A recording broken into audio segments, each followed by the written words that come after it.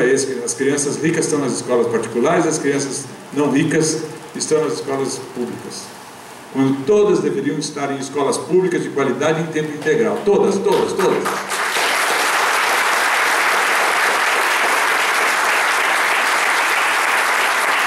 A escola do bairro deveria receber os pobres, os ricos, os não pobres, os não ricos. Todos em tempo integral. É assim que é nos países que se dizem civilizados. Foi a primeira medida que se tomou na Revolução Francesa. A garantia da educação universal, gratuita, em tempo integral e de qualidade. Vocês sabem que lá no Japão, todos reverenciam o imperador. O imperador é o símbolo nacional máximo. As pessoas iam para a Segunda Guerra morrer pelo imperador com orgulho. Então, o povo japonês tem um profundo respeito pelo imperador. Ele representa uma tradição milenar da nação japonesa. Ora, ele, imperador, no entanto, para e reverencia quando se depara com o professor. Ele, imperador, faz uma reverência respeitosa ao professor. Correto? Certíssimo.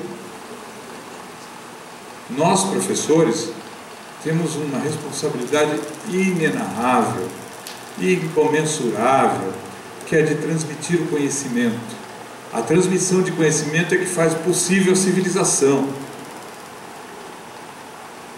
Sem isso não há civilização. Civilizar significa tornar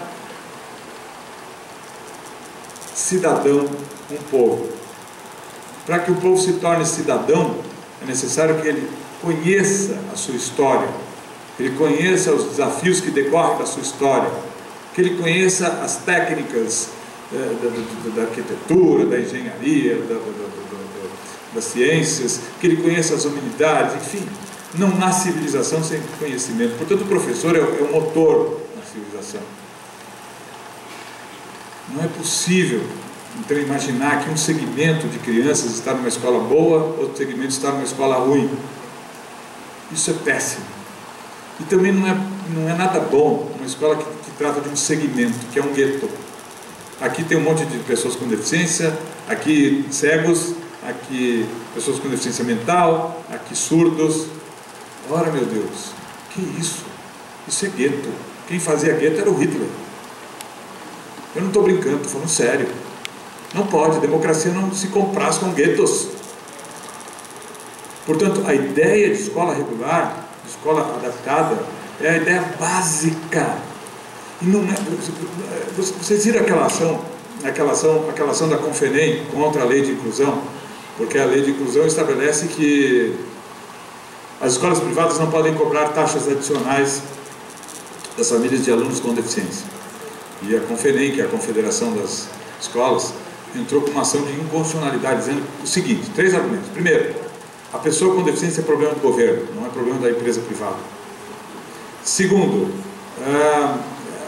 se você tiver que arcar com esse custo, você empresário vai ter que repassar esse custo para as famílias todas. Isso não é justo para as outras famílias. E terceiro, o mais criminoso. Para mim esse argumento é criminoso. Eu acho que alguém deveria intervir no processo e pedir que o advogado e a conferência seja processada criminalmente. Está discriminando. É verdade. Confiram. Se eu estiver enganado, por favor, não façam. Mas se virem isso lá, tomem alguma providência. Eu não posso porque eu sou juiz. O que diz essa petição? Que a presença de crianças com deficiência nas escolas fere a dignidade dos alunos e dos professores sem deficiências. Porque causa sofrimento psíquico a eles. Eu não estou brincando.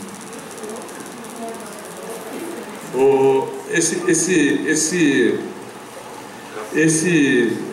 pedido foi refutado pelo professor Fachin, pelo ministro Fachin, que disse 3 respostas brilhantes. Primeiro, é lógico que a escola privada está a exercer um mistério público, porque a educação é dever do Estado.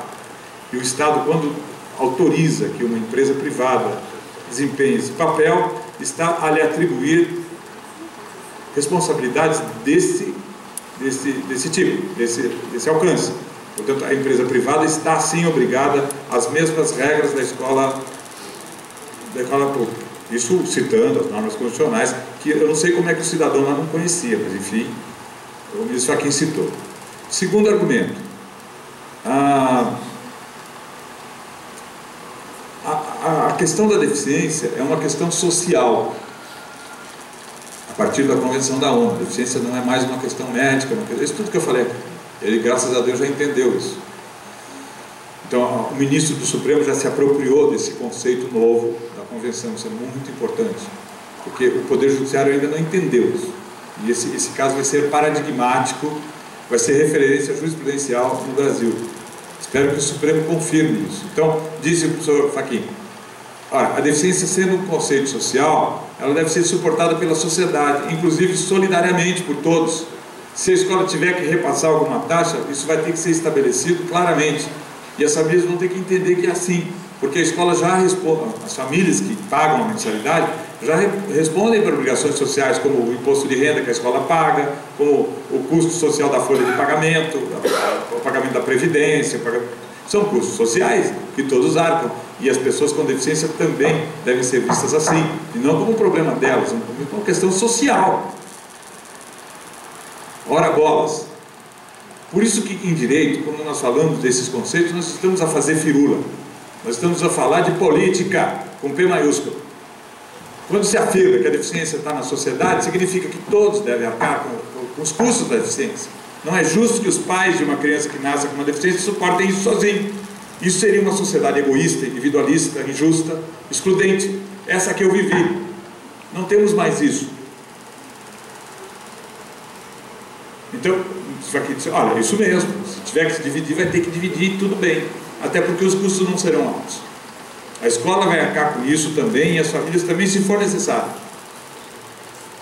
Isso deve ser visto como inerente ao artigo 3º, que diz que a gente tem que construir uma sociedade livre, justa e solidária, não individualista, não egoísta, não fascista, excludente, de guetos. Ora, e o terceiro argumento, é claro, é muito mais digno para as crianças com deficiência lidar com a diversidade humana. Elas vão aprender muito com as crianças sem deficiência. Lindíssima a lição do ministro Fachin. Leiam, procurem na internet. Então vejam, isso já é a convenção, a lei de inclusão, repercutindo na vida de todos, não só da pessoa com deficiência. As famílias vão ter que arcar de bom grado com o custo adicional de um aluno com deficiência, porque um dia elas podem ter filhos com deficiência, irmãos, primos, etc. Essa ideia de que o deficiente é problema dele acabou.